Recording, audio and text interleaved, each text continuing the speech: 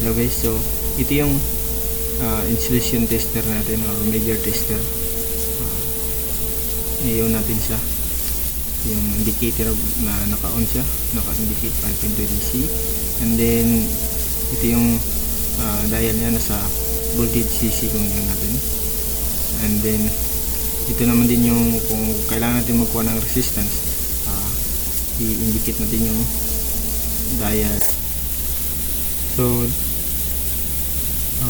ito naman paano gamitin itong equipment ito para magkuha ng resistance. So kailangan pa natin pindutin yung test, saka i-lock natin kung gusto natin pabayaan na siya mag reading na siya ng kusa.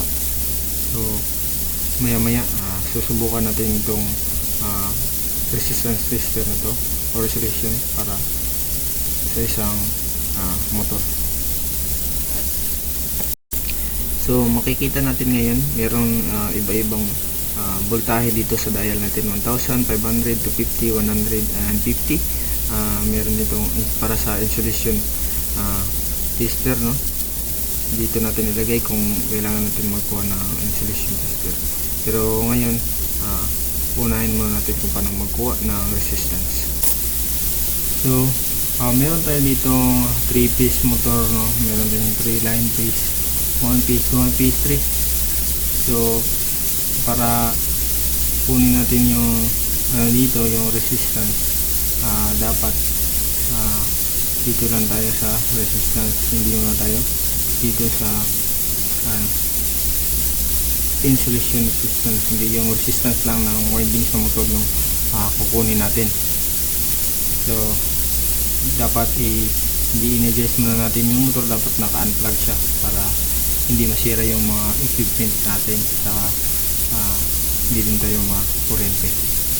So una, ilalock muna natin tong loop 1507 natin, tapos i-test yung positive side, i-connect natin dito sa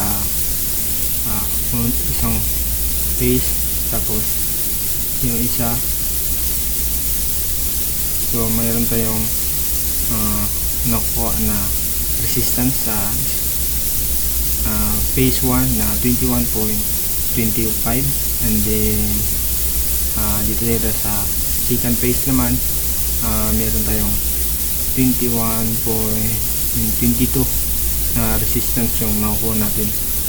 So halos maghahalong tulad lang sila. And then sa line 3 na naman meron tayong 21.19 na nakuha. So masabi natin na balance lang yung nakuha natin na resistance, which is good yung motor natin. And then next natin yung gagawin is kukunin natin yung insulation resistance or media tester na gagawin natin. So yung positive side nasa line, and then yung negative side nasa nasa ground or nasa body ng motor. Kailangan natin siya ilipat muna yung positive to insulation test natin sa yung probe natin na ilipat. And then since 250 motor tong natin yung nominal voltage, so i-set natin ito siya into times 2, so nasa 500 siya. And then i-lock natin, tapos i-test. So makakuha tayo ng 550 mega ohms, and then yung voltage DC nya, yung supply nya is 750 mega ohms resistance yung makakuha natin na insulation, which is ibig sabihin yan is good pa yung insulation resistance ng natin phase 1, kasi phase 1 lang yun. Dito naman tayo sa phase 2 or line 2, then yung ground palaging nasa yung negative palaging nasa ground lang.